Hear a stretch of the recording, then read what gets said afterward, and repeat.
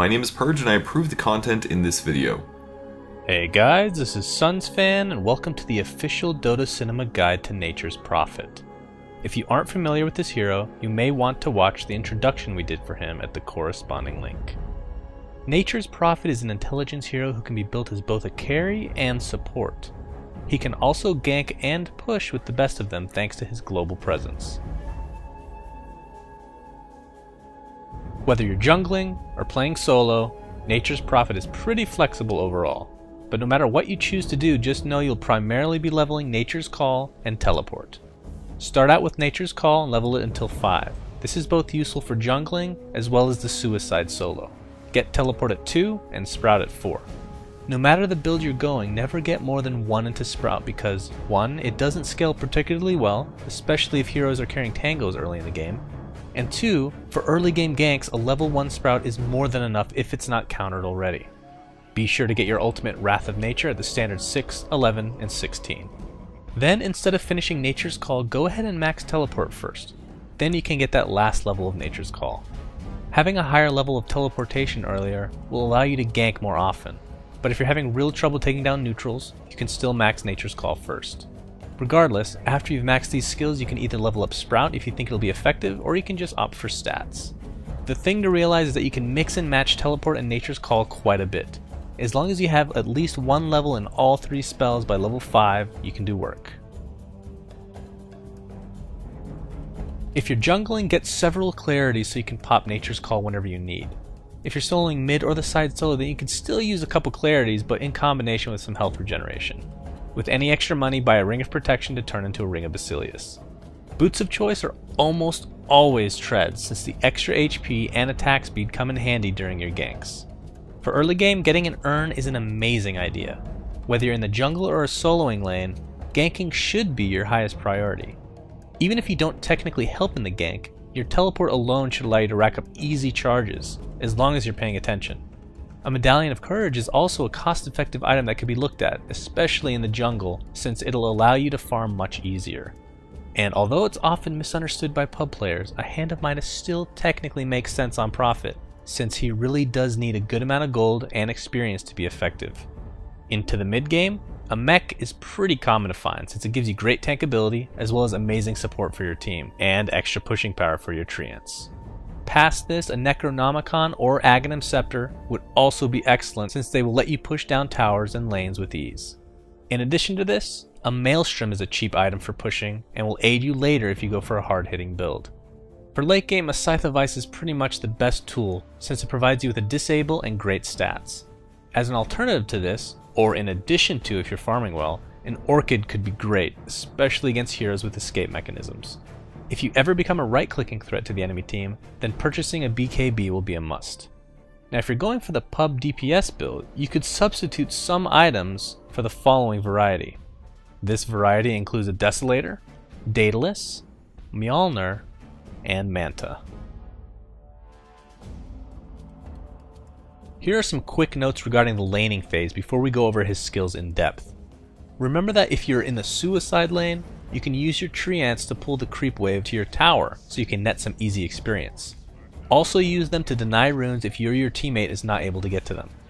If you're having real trouble getting much experience and farm, you can always teleport yourself to the Radiant Jungle between the tier 2 towers mid and bottom. You can farm a bit there without any trouble since the creeps can attack you and you won't have to expend any mana. In addition to all this, in the Suicide lane, getting max treants first is somewhat common, since you won't be able to do much in your lane. You can just TP to a lane to gank, and then push with the Fury. Remember that although you'll typically only have one level in Sprout until later in the game, it can be an amazing tool for ganking. It has many abilities for both offensive and defensive use. It's commonly used on yourself in order to take vision away from pursuing enemies, therefore letting you TP away in peace. It can also be used to give some vision or just block a small choke point. Teleport and Nature's Call we don't need to spend too much time on since they're relatively self-explanatory. Teleport is quite possibly the best skill in the game since you can teleport globally. The caveat to this is the enemy will see the position in which you're TPing, but you can use this to scare them as well since you can just cancel it at any time without using any mana. Nature's Call on the other hand is great for pushing and jungling. Some people are scared of micro in general, but in the jungle, microing these units couldn't be easier.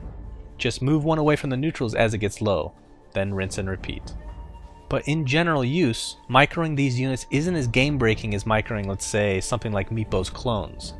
But good usage for trapping purposes could be amazing, but again, it's not required. Then we get to Wrath of Nature, which many people would assume needs no explanation. But we'll talk about it because a good portion of players use this incorrectly. Players tend to spam it as it comes off cooldown because of their greed for gold. But you should really put more thought into this. If you use this on cooldown every time, you'll 1. Push the lanes unneedingly, 2. Take farm away from carries who need it, and 3. You may not have it available if a low hero is fleeing from the scene. But please note that good Prophet players will be involved in almost every kill since there's little excuse for you not to be. It can be tempting to farm all game, but organizing or just taking part in ganks will help more in the long run. The long run being winning games. Prophet is strong in general because of his overall versatility and ability to be involved in the game throughout all phases, which if you think about isn't the most common trait to possess. In teamfights, your ult is deceptively powerful. For maximum effectiveness, target it at creeps somewhere else on the map. As long as you still have vision on your enemies, they'll be dealt a much larger amount of damage by the time the bounces hit them. Aside from that, keep good positioning and use your sprouts wisely. There's nothing worse than a friendly fire sprout in which you've trapped a hard-hitting ally. Lastly, the skill you'll have to master if you want to be an effective Nature's Prophet is map awareness.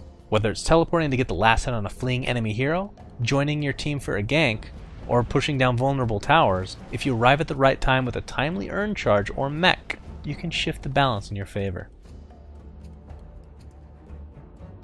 Since Nature's Prophet works so well with just about every hero, we'll be cute and add other global presences to the list.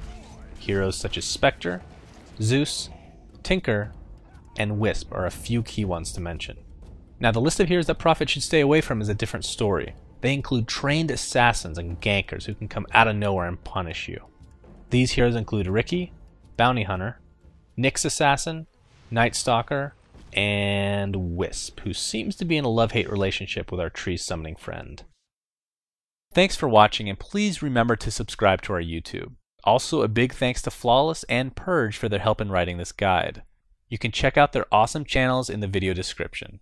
Also be sure to visit our website at dotacinema.com and visit our Facebook at facebook.com/dotacinema.